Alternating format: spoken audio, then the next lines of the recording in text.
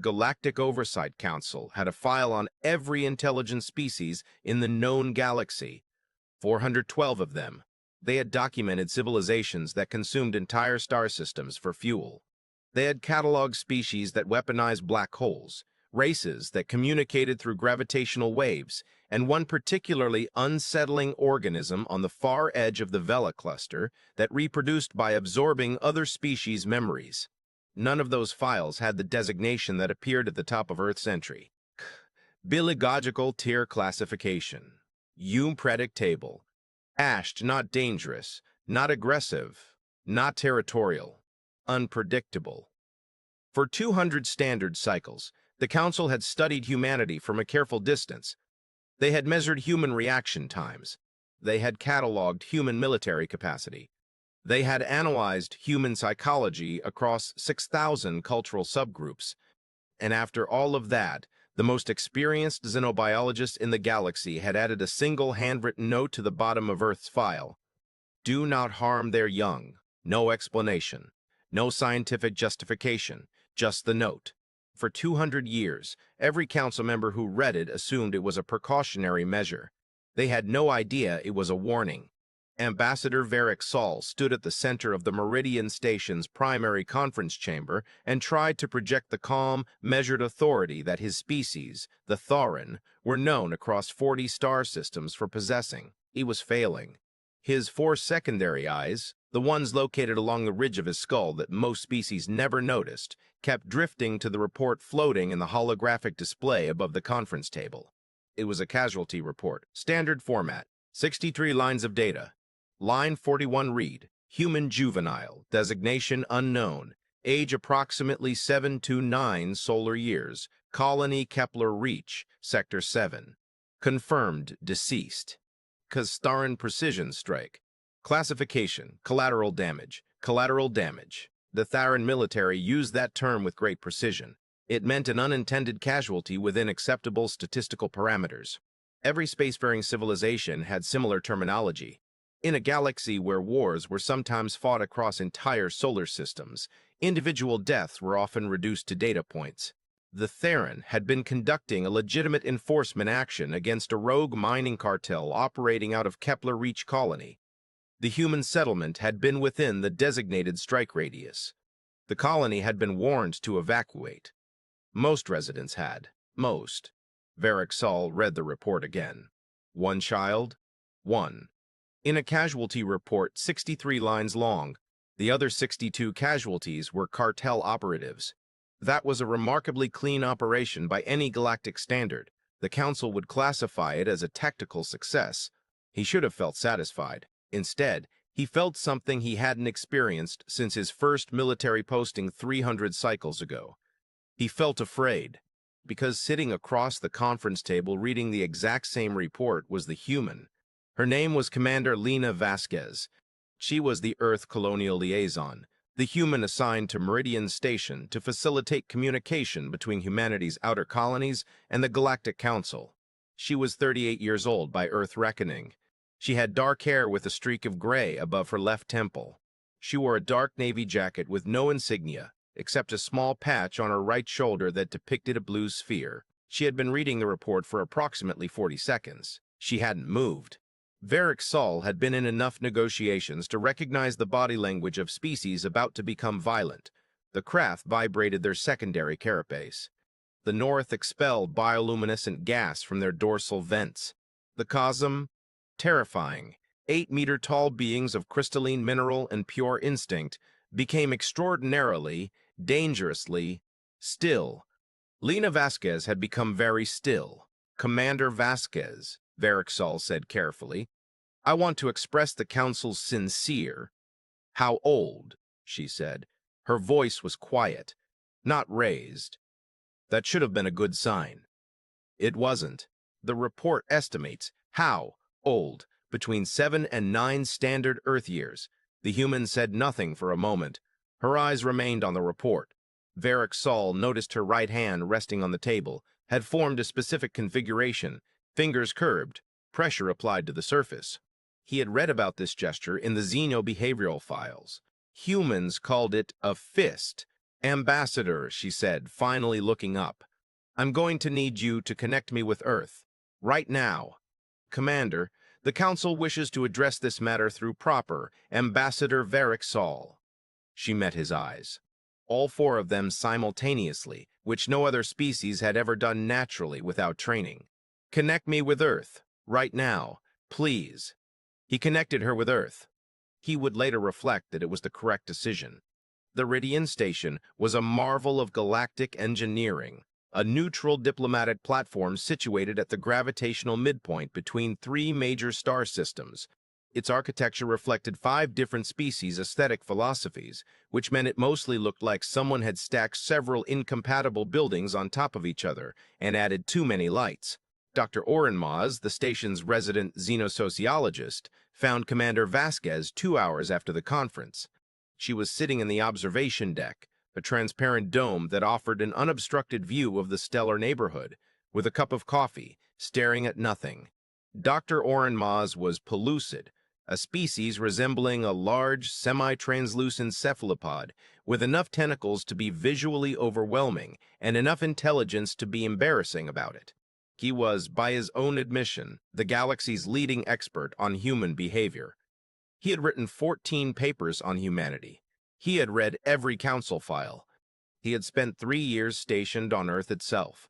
He settled into the chair beside her, which required some arrangement of tentacles. You are processing grief, he said. I'm processing something. She took a sip of coffee. Did you know her? The child? No. Kepler reaches a small colony, mining families mostly, 7 years old. She set down the cup. 7? You know what a 7-year-old human is doing? Learning to read. Learning to ride a bicycle. Arguing about whether dogs are better than cats. Discovering that broccoli exists and is a personal injustice. She paused. She should have had 70 more years. Orenmaz arranged his tentacles thoughtfully. The Council views this as a genuine tragedy, Commander, but statistically speaking, don't. He stopped. Don't use statistics with me right now. She looked at him. I know you mean well. I know that's how the Council thinks. I know in the grand mathematics of galactic conflict, one child is a rounding error. Her voice remained calm. Quiet. That particular, specific quietness that Orenmaz had learned to identify in his research. But we don't think that way. I know, he said softly. Do you? Because your files on humanity say we're militarily moderate, defensively oriented, unlikely to initiate large-scale conflict without significant provocation.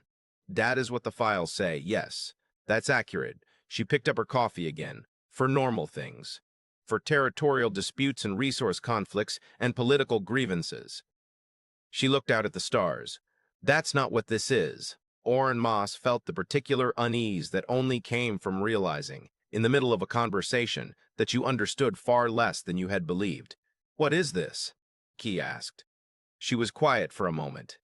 When I was 7, she said, a man broke into our neighborhood. He hurt a child 2 streets over. He was caught. He was convicted. She paused. Every adult in a 6-block radius sat in that courtroom every single day, not because they knew the family, not because they were legally required, because a child had been hurt, in their neighborhood, in their world. Another pause. The Council's file on humans lists our primary tribal unit as the family, then the community, then the nation. That's correct. It's not wrong, she said. It's just incomplete. She looked at him. Every human child is every human's child, she said. That's the part that doesn't translate into your files. We know, intellectually, that we can't protect every child everywhere. But when one dies, when one is killed, and someone calls it a rounding error, something happens to us. She shook her head. Something very old. Orenmaz was very good at reading alien expressions. It came with the job. He had learned to interpret the Theron's gill flares and the Kreth's antenna positions and the Kasim's crystal resonance patterns. He looked at the human. He felt, for the first time in his career, genuinely uncertain whether what he was seeing was grief or warning. Commander, he said carefully. What happens when Earth answers your call? She looked back at the stars. I honestly don't know, she said, and that's the problem. Earth answered in 6 hours. Not a diplomatic message, not a formal council inquiry, not a carefully worded statement of intent. Earth answered with a fleet. 47 vessels appeared at Meridian Station's outer sensor range simultaneously. Not one after another, not in a column or a formation that suggested aggression, just there all at once, as if they had materialized from nothing, which, technically, they had. Humanity's fold drive technology still baffled Council physicists because it violated 3 established principles of spatial mechanics that every spacefaring species had accepted as absolute. Humans had simply decided those principles were inconvenient and stopped following them. The fleet didn't move. It didn't raise weapons. It just sat there, 47 ships, waiting. Ambassador Varric Saul received a communication request from the fleet's lead vessel at exactly the moment his fourth heart was giving him the most trouble. He composed himself, adjusted his formal collar, and accepted. The face on the screen was not what he expected. He had expected a military commander, some imposing figure in armor making demands. Instead, he was looking at a woman who appeared to be approximately 60 Earth years in age, with white hair, deeply lined features, and the kind of eyes that had seen too many things to be startled by much. She wore a simple gray uniform with no visible rank insignia. Her name, he would learn, was Admiral Constance Reth. She had come out of retirement 4 hours ago when Earth's government had sent her a 2-word message. The 2 words were, a child. Ambassador Varric Saul, she said pleasantly. My name is Admiral Reth. I'm here to collect the remains of a little girl and have a conversation. Admiral, the Council is prepared to discuss. I know what the Council is prepared to discuss, she said. I'm not interested in discussion.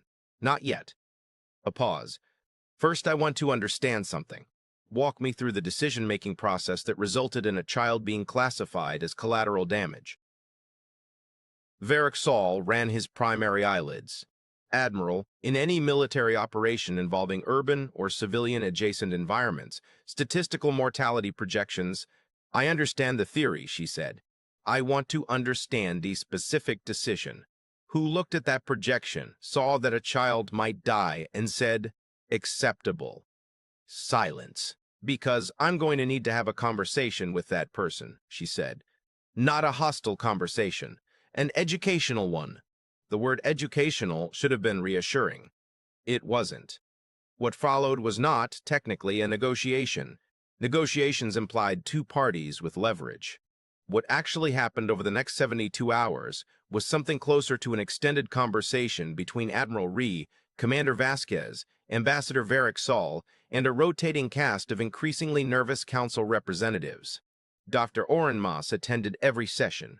Nominally, he was there as a xenosociological observer. In practice, he was there because he couldn't stop watching. He had never seen humans negotiate before. Not at this level. Not with this specific, controlled energy. They were not angry. That was the thing that kept unsettling everyone. There were no raised voices, no theatrical displays, no demands delivered at volume. Admiral Reth and Commander Vasquez sat calmly, drank coffee, spoke in measured tones, and methodically took apart every argument the Council put forward with the patient, systematic efficiency of people who had been thinking about this for a very long time.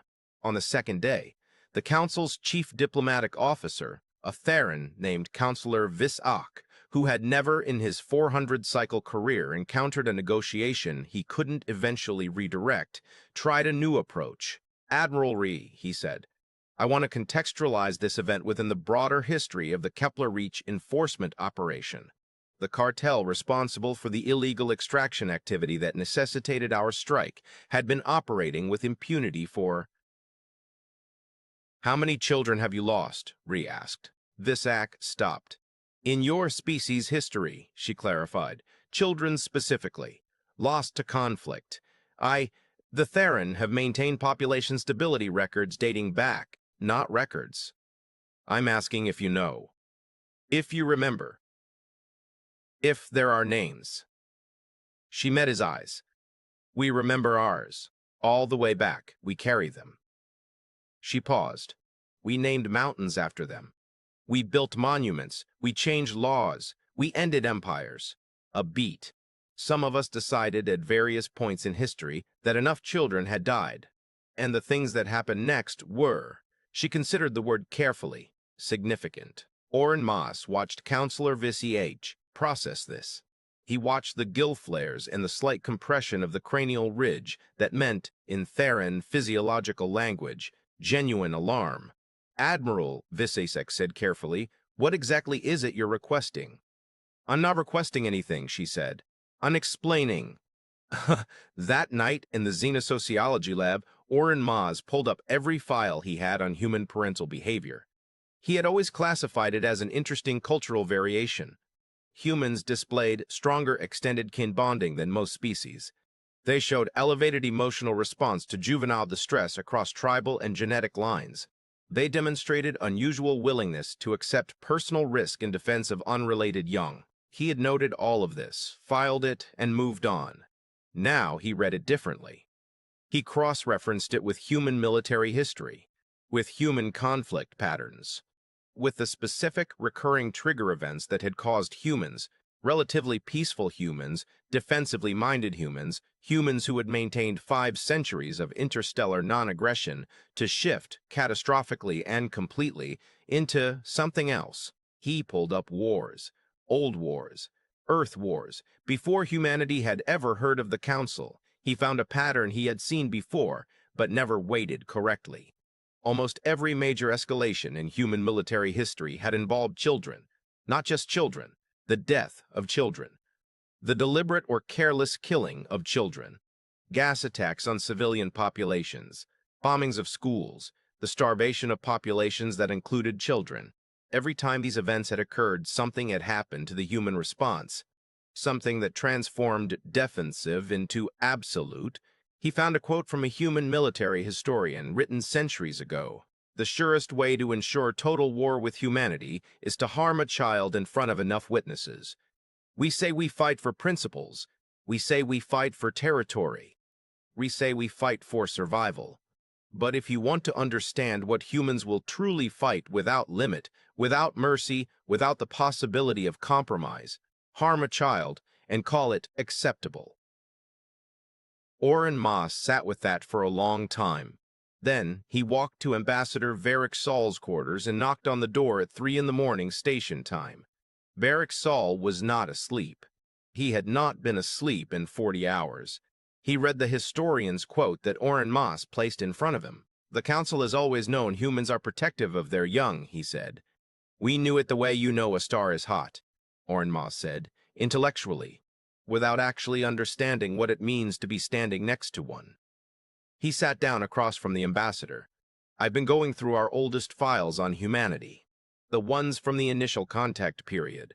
Do you know why the xenobiologist who wrote the original threat assessment added that note? Do not harm their young? I assumed precautionary. She watched our first contact diplomatic team's archival footage from an Earth history library. Orrin Moss touched his tentacles together. She watched humans review their own history. She watched them, in this library, looking at images and records of atrocities committed against children throughout Earth's past. And she watched adults, looking at events that occurred generations before they were born. Children they never knew, children who had been dead for centuries, and weeping. He paused. She wrote in her personal log that she had never encountered a species that grieved across time. That carried the weight of harm done to young they would never meet, as if it had happened to their own children that morning. Varric Saul was quiet. She added the note because she realized, Orrin Moss continued, that this was not a cultural preference. This was not a policy position. This is something structural in human psychology, evolutionary, ancient.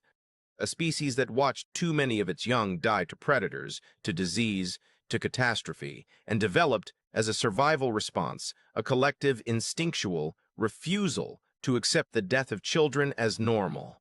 That's, Varric Saul began. Remarkable, Orrin Moss said. And right now, in that conference room, 47 warships in orbit, Admiral Constance Ree is sitting across from Counselor Visake, and she is the moderate response. Varric Saul's 4 secondary eyes opened fully. The moderate, the Council received the fleet report? Oren Moss asked. 47 ships, yes, the Council received the full fleet report. Silence. Oren Moss set a second document on the table. It was a sensor analysis, not of the 47 ships at the station, of the broader Sector 7 region, of Kepler Reach, of every human transit corridor in a 3-light-year radius. The 47 ships were the diplomatic response. Behind them, not yet visible, not yet moving, not yet making a single communication, something else had begun assembling. She told us she came to collect the child's remains and have a conversation, Oren Moss said. That's true. Admiral Reth is here because she genuinely wants this resolved diplomatically. A pause. But Admiral Reth is not the only one who answered Earth's call. Barrick Saul stared at the sensor analysis. Who else is out there, he asked. Parents, Oren Moss said quietly. Mostly parents. By the end of the third day, something remarkable had happened. The Council had agreed to everything Admiral Reth had asked for. Formal acknowledgement that the strike had caused an unacceptable civilian death. A restructuring of the Theron enforcement protocol to require confirmed clearance of all juvenile life signatures before any authorized strike. Compensation, not financial. Reth had made clear she wasn't interested in financial compensation, but structural. A new council oversight position specifically tasked with civilian protection review. A human, as it happened, would hold that position, and the child's remains were returned to her family with a formal ceremony, attended by Ambassador Barrick Saul himself. It was, by any measure, a complete diplomatic success. The fleet in orbit acknowledged the agreement. The quiet, unannounced gathering at the edge of Sector 7 began to dissolve, ship by ship, returning to their ports of origin. Commander Vasquez sat with Admiral Reth in the observation deck on the final evening. The stars were the same ones as before. The coffee was the same coffee. You think this is enough? Vasquez asked. No, Reth said honestly, but it's a start. She looked at the stars. This time it was one child. The Council will remember that one child cost them 3 days in a complete policy restructuring. They'll think about that next time. And if there is a next time? Reth was quiet for a moment. Then we'll come back, she said simply, and we'll be less patient. Vasquez nodded. The lights on the station dimmed, signaling the end of the diplomatic session. The agreement documents were being signed 2 floors below. The crisis was, officially, over. It was at that exact moment that the station's proximity alert began screaming. They came from the outer marker, the deep space boundary that defined Meridian Station's neutral zone, and they were moving at a velocity that should have been impossible for vessels of their apparent mass. 11 ships, heavy configuration, no identification signals. The station's defense AI, a system capable of processing threat assessments in nanoseconds, took approximately 4 full seconds to classify what it was looking at. 4 seconds was a geological age for an AI of its capabilities. When it finally produced a classification, every screen on the station lit up with a single designation. Asterisk, Reth Sovereignty Fleet. Asterisk, Nooney. Off. Oren Moss, who had been about to pour himself a celebratory drink in the xenosociology lab, stopped moving. The Reth. He had read about them. Every xenologist had read about them. The Reth were not members of the Galactic Council. They were not members of anything. They were an expansionist species from the far edge of the galactic arm who had, over the past 30 standard cycles, consumed 11 inhabited systems through a combination of overwhelming military force and a complete absence of anything resembling a diplomatic framework. The Council had been building toward a confrontation with the Reth for years. Decades of preliminary negotiation, careful positioning, alliance building. All of that mattered considerably less now, because the Reth fleet was heading directly for Meridian Station and had just broadcast a single message on every available frequency. It was not a declaration of war, not a demand for surrender, not even a territorial claim. It was a list. 17 inhabited systems. Human systems, council systems, independent colony systems. And next to each name, a number, a population count. And then a simple statement, these belong to us now. Respond with surrender or we begin reduction. Reduction. Varric Saul, who had spent his career navigating the careful protocols of galactic diplomacy, stared at that word and felt his secondary eyes flutter. The Reth didn't conquer populations, they didn't occupy. They reduced a term that, in the Reth operational framework, meant the systematic elimination of any population that refused to comply, beginning with the most defenseless segments to maximize psychological impact. Beginning by established Reth tactical doctrine with children, the conference room that had, an hour ago, been the site of a diplomatic triumph was now something closer to a war council. Varric Sol stood at one end. Admiral Reth stood at the other. Between them, maps of the sector blazed with threat projections. Council military commanders were patched in from 6 systems. The station's defense AI kept updating its calculations with a pessimism that bordered on editorial. "We have assets in the sector," said the Theran military commander, a gray-plated veteran named Commander Ossovic. 3 patrol cruisers, 1 enforcement carrier, against 11 Reth heavy vessels. He didn't finish the sentence. He didn't need to. "Our full response fleet is 14 hours out," said the Council's joint military chair. "The Reth will reach the station in 2. "What happens in 2 hours?" Vasquez asked. "They take the station," Ossovic said flatly, "or they reduce it. There's a civilian population of 4,000 aboard the station," Reth said. "Yes, including approximately 300 children currently aboard with diplomatic families." A pause. "Yes," Ossovic said. Admiral Reth looked at the tactical display for a long moment. She looked at the Reth fleet's trajectory. She looked at the gap between what the Council could field right now and what was coming. Then she looked at Varric Saul. "What happens," she asked quietly, "if I make a call?" The ambassador understood the question immediately. "The human fleet that was just here," he said. "They've dispersed." "They haven't gone far," she said. "Some of them are still within fold range. Within 2 hours, if they move right now." A pause. "Some of them. How many?" She checked a calculation on her wrist device.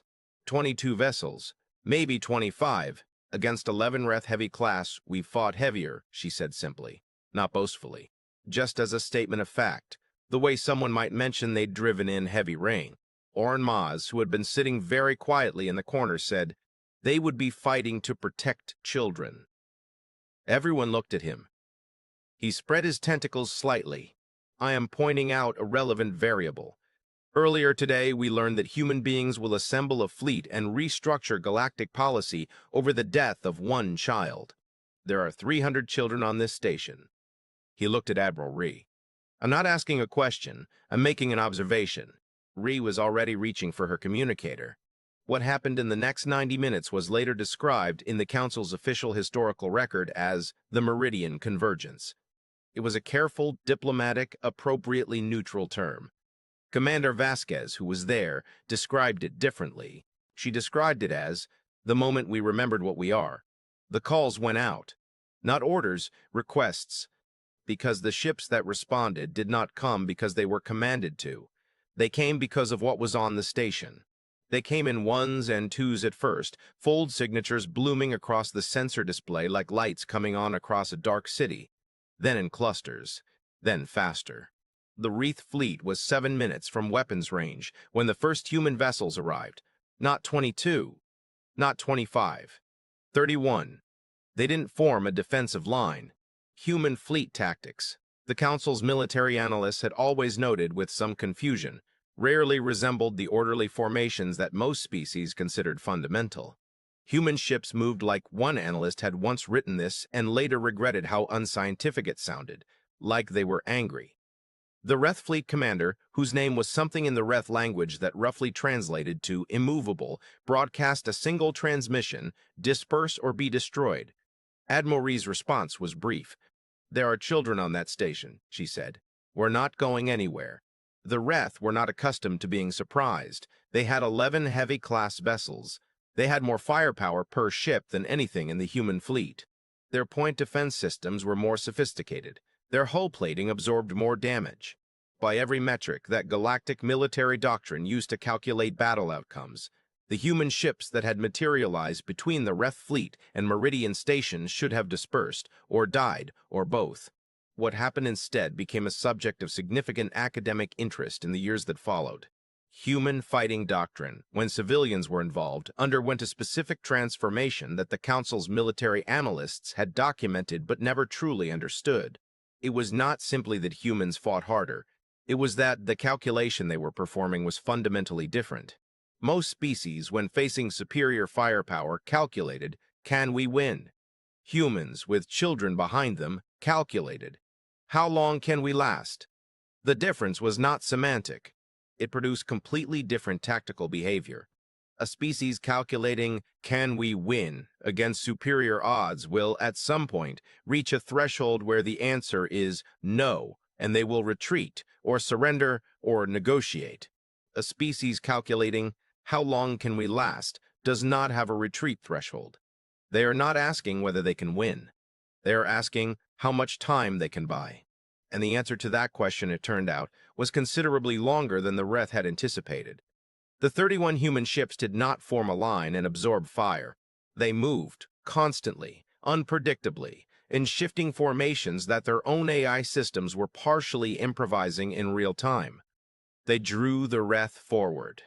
They used the station's gravity well.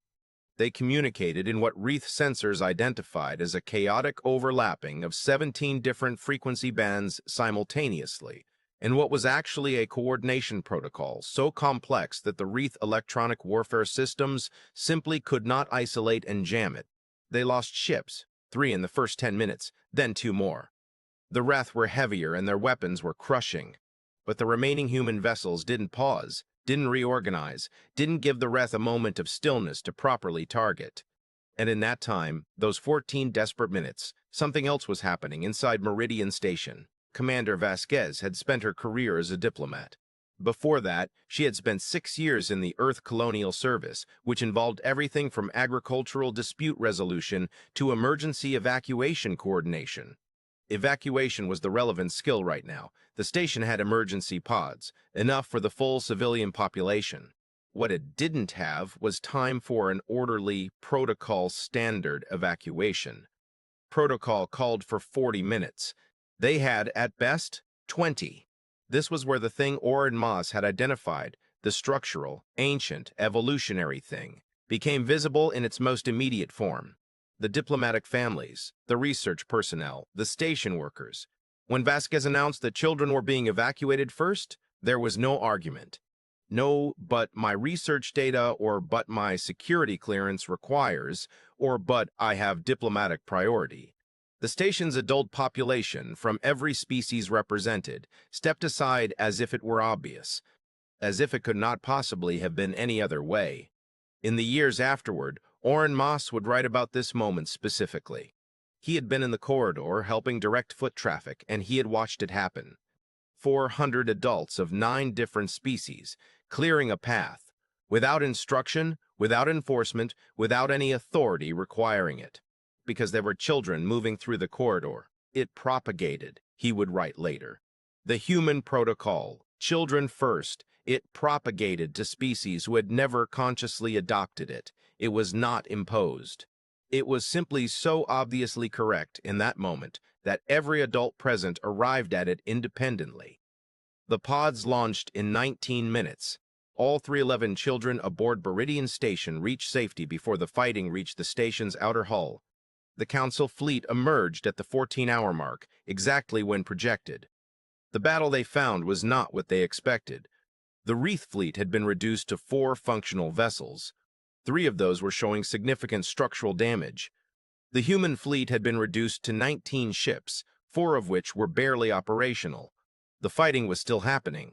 The Council's joint military commander, seeing the sensor readout, asked his tactical AI a simple question. How? The AI's response took a moment. Human fleet maintained offensive pressure by rotating damaged vessels to rear for emergency repair, while forward elements continued engagement. Tactic is documented in human military history under multiple designations. Common theme, refuse to stop.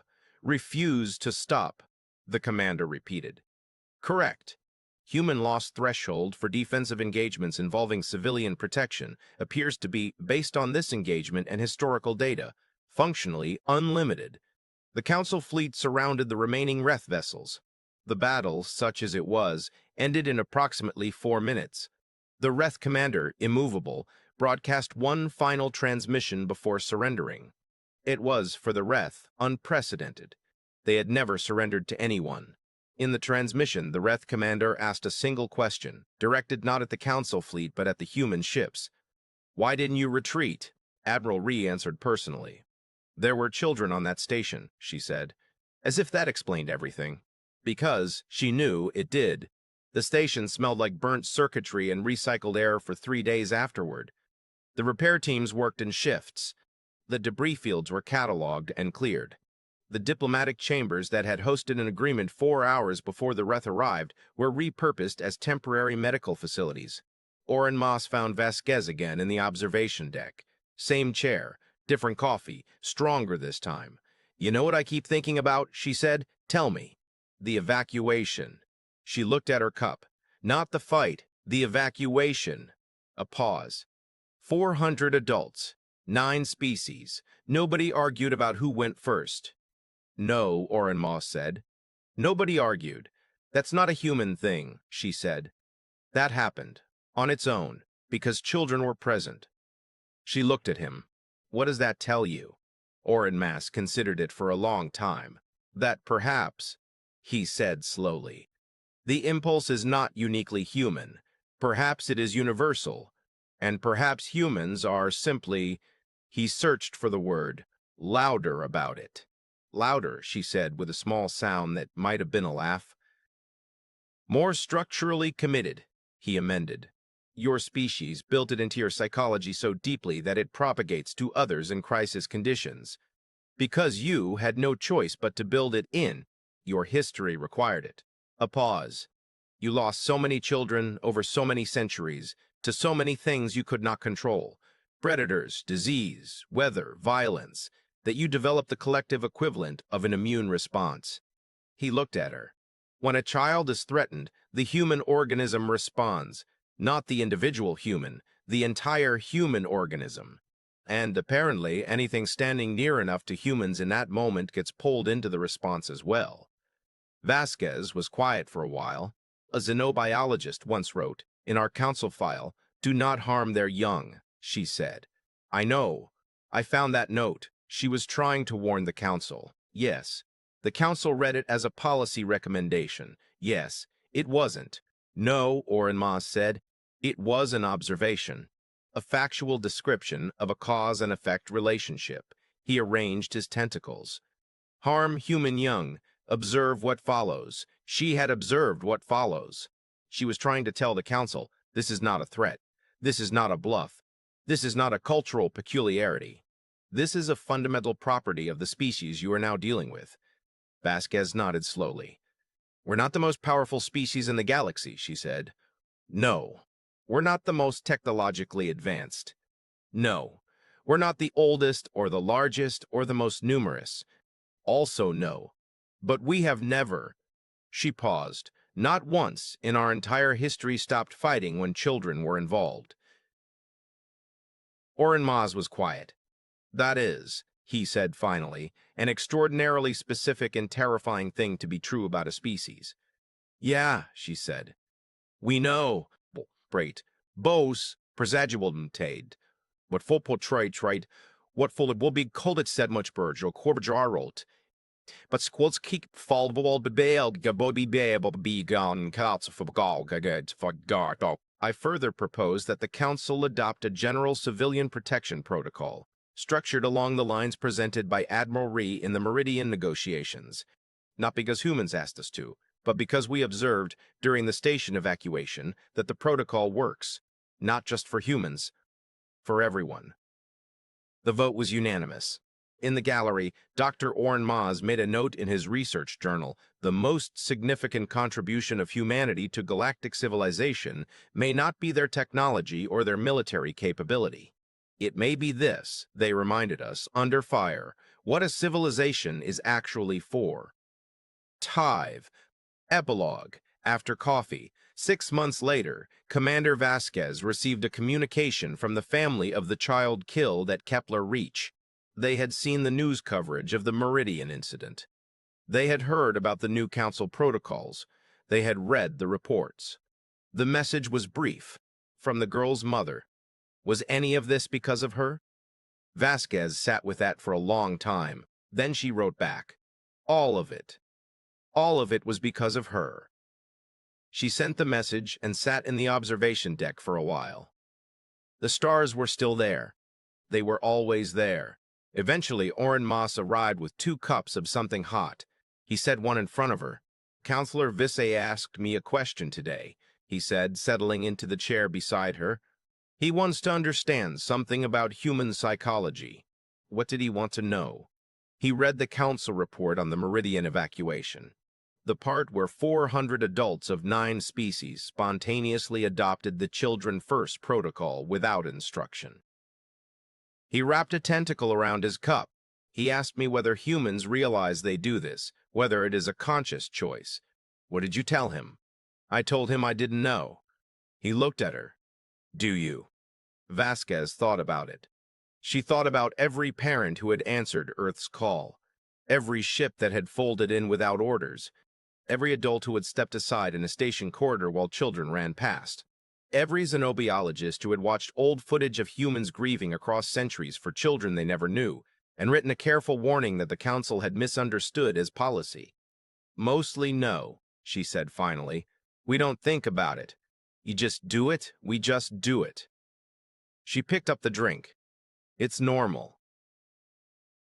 Oren Moss was quiet. To the Reth commander, he said, who has now, apparently, requested formal diplomatic contact with Earth specifically because of what he witnessed. I suspect it will not seem normal. I suspect he will struggle to understand it for quite some time. Probably, she agreed. And yet the entire Reth fleet surrendered to 31 ships that should have been outmatched. 26 by the end. 26 ships, yes. He tilted his head, because the humans would not retreat, because there were children behind us. And that. Oren Moss paused. To the Reth, to the Council, to every species currently revising their assessment files on humanity. That is the part that does not compute, that a species will fight without limit, without calculation, without retreat. Over children. Vasquez nodded. The Reth fleet commander surrendered, she said. He called it irrational. He told his crew that no military logic could account for an enemy that refused to compute its own survival odds. Yes. He was right, she said. We weren't computing survival odds. What were you computing? She took a sip. Whether we could last long enough, she said. Just that. Just how long can we hold on? Not when. Not survive, just. She shook her head. You give us children to protect, and the question of whether we can win becomes completely irrelevant. It's not something we decide.